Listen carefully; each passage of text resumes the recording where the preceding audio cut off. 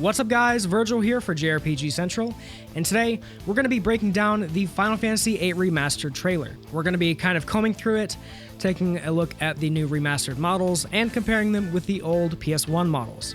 Now, while the trailer was about a minute and 18 seconds, there wasn't actually a lot of actual gameplay in the trailer. If you count it out, if you break it down, there was roughly, I think, maybe 20 seconds of actual in-game graphics, and it was only during battles, so we don't have a good look at the world, at any of the environments or anything like that, but we do have a pretty good look at how battles are going to shape up and how the limit breaks look and all that.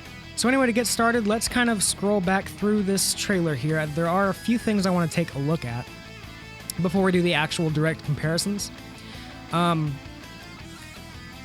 you do these remasters for these old games, and Final Fantasy VII, this was kind of an issue on the PS4. If you don't remaster the environments as well as the actual models, you get basically this. This is a really good example. You get this really nice, high-quality model on top of just a bunch of blurry, awful backgrounds. And not to start this off negative or anything, but I do worry that that's what's going to happen. I mean, look at, like, Irvine is so detailed here and looks great. And then the rest is just kind of meh, you know? Obviously in the forest, these trees are just atrocious. And there's only so much you can do at certain points.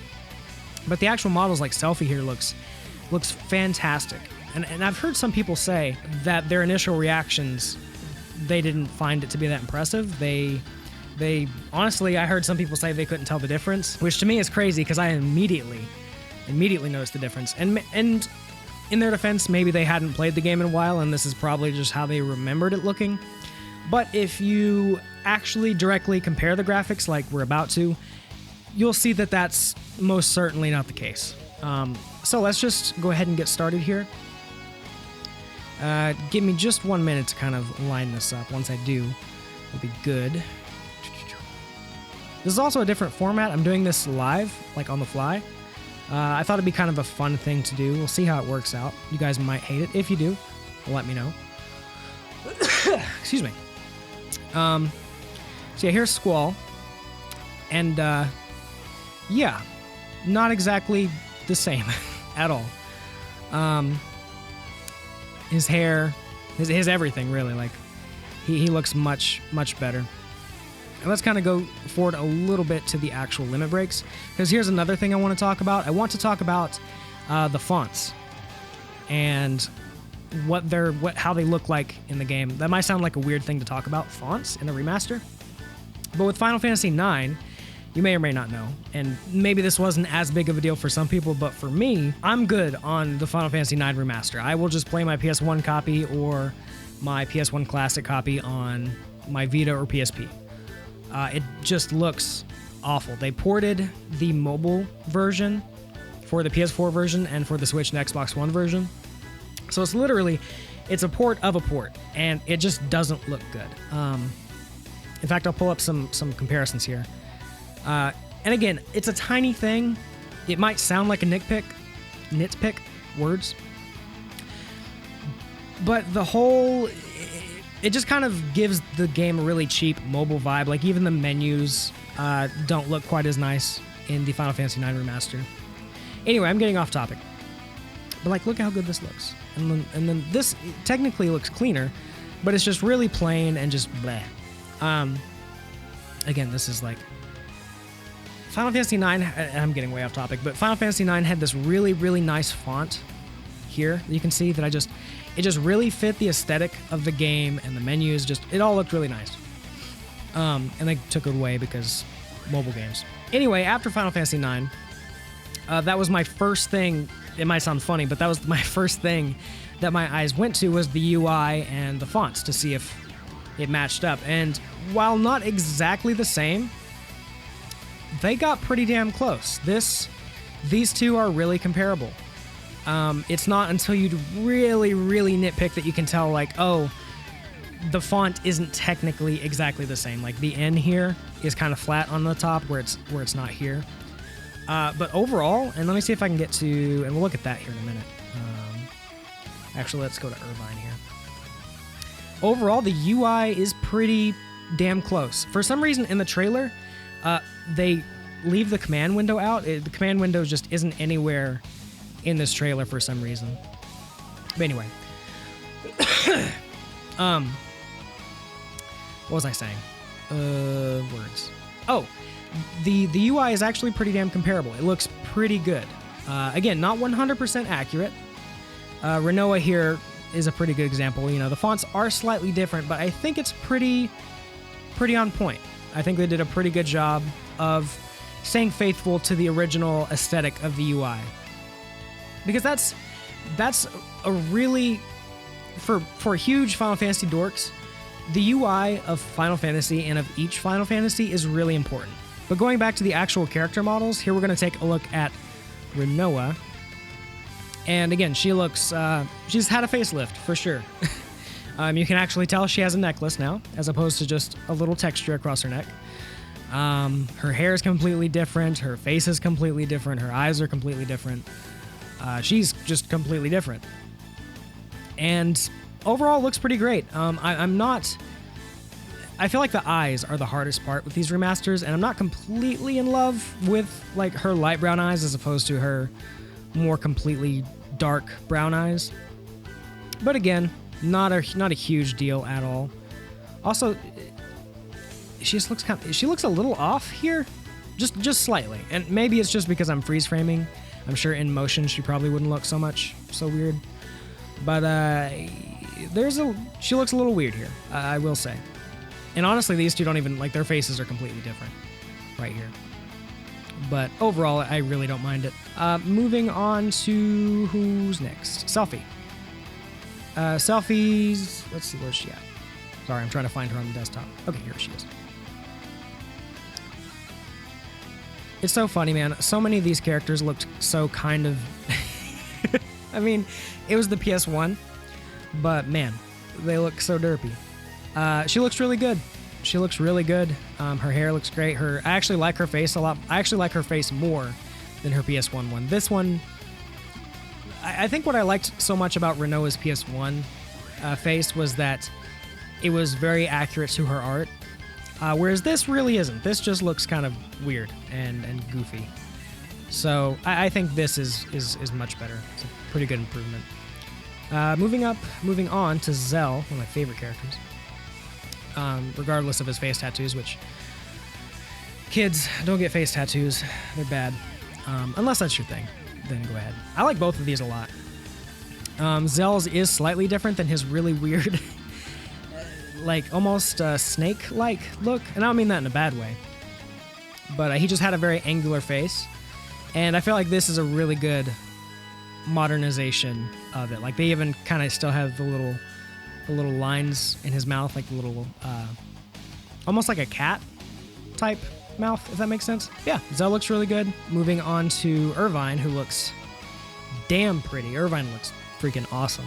Maybe my favorite out of all of them. Here he is, obviously in the PS4 / Switch / everything remaster, and then here he is on the PS1. Another one, honestly, pretty damn close. Not that different. I like how his hair is a little bit more messy now, as opposed to the straight hair on this PS1 incarnation. You can see there's the buckles in his hat are slightly different. They're not angled, like the line across his hat. His earring is more defined. His hair is a slightly different color, maybe, or that might just be the color grading of my footage. But yeah, Irvine looks awesome as well. Maybe one of my favorites out of these. Moving on, let's see. Here's like one good look. I don't have actual footage of this enemy, but this enemy looks freaking awesome. Oh, there was one thing. I wanted to point out one thing with Zell here, and I'm not totally sure what's up with this. So he has red on the front of his jacket, and he has, let's see, some red on the back. Yeah, they've changed his jacket, so obviously his gloves changed because those were his weapons, I believe, if I remember correctly. But his jacket is different. They've changed his jacket to make it like all red in the middle, and then the sleeves are black, whereas here it's almost like,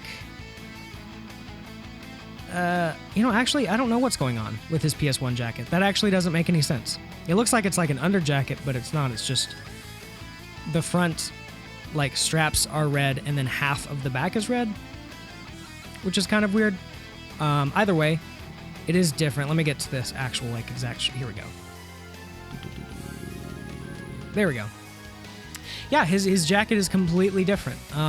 This is honestly the first, and maybe I think the only actual change that I really see in this. They gave him some pockets in his butt, so that's good. But yeah, a weird tiny change between his jackets. I think they both look good. Honestly, I think this one probably makes a little more sense.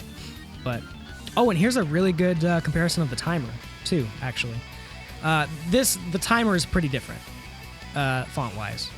Again, not bad necessarily, but pretty different.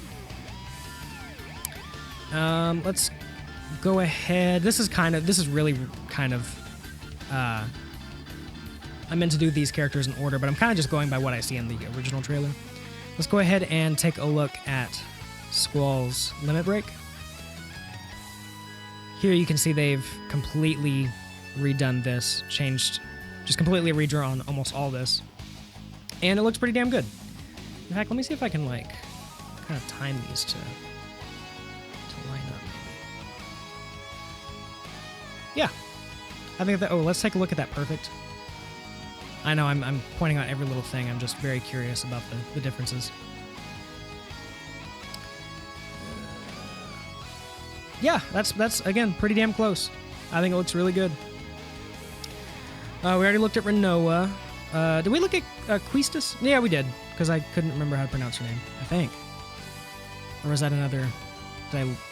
I did one recording and then lost the footage. Tell you what, we're gonna do it again, and if I did already do it, I will cut it out. So here we have Quistis, or Quistis. I always said Quistis. Quistis. I always said Quistis. She looks really different. She looks pretty dumb in the PS1 version, honestly. Let me see if I can back this up. There we go. Just to kind of get, again, not shot for shot, but just to kind of compare the, you see the belts and the chains and everything. She looks great. I really like her design. In fact, I think this is absolutely better than this in about every way. This really fits her in-game art very well. I like it a lot. Oh, and here's probably the one place you could tell that the font truly isn't the same. If you look at the W here and here, it's the W is like kind of like wide here or something. Like it's just slightly different. The top V or the top A of the W doesn't come up nearly as high in the original. But again, overall, really damn close. I'm not gonna complain. It's nowhere near the terribleness that was the Final Fantasy IX font. But then, yeah, you get halfway through the trailer and it's just the FMV, which is cool, but, you know, not really what we want. Did I miss anybody? I think I covered everybody. Yeah. So overall, really happy, really excited.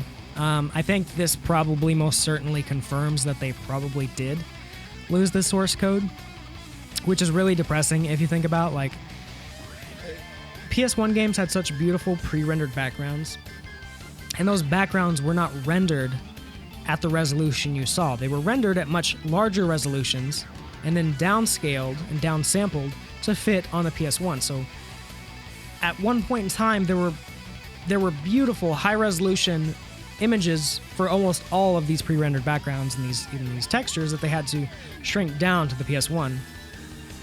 And once those are gone, this is what you have. Like, this is the new original. And it seems like that's the case because these just look like upscaled PS1 textures. So that's truly a shame. I mean, it was a different time, I guess.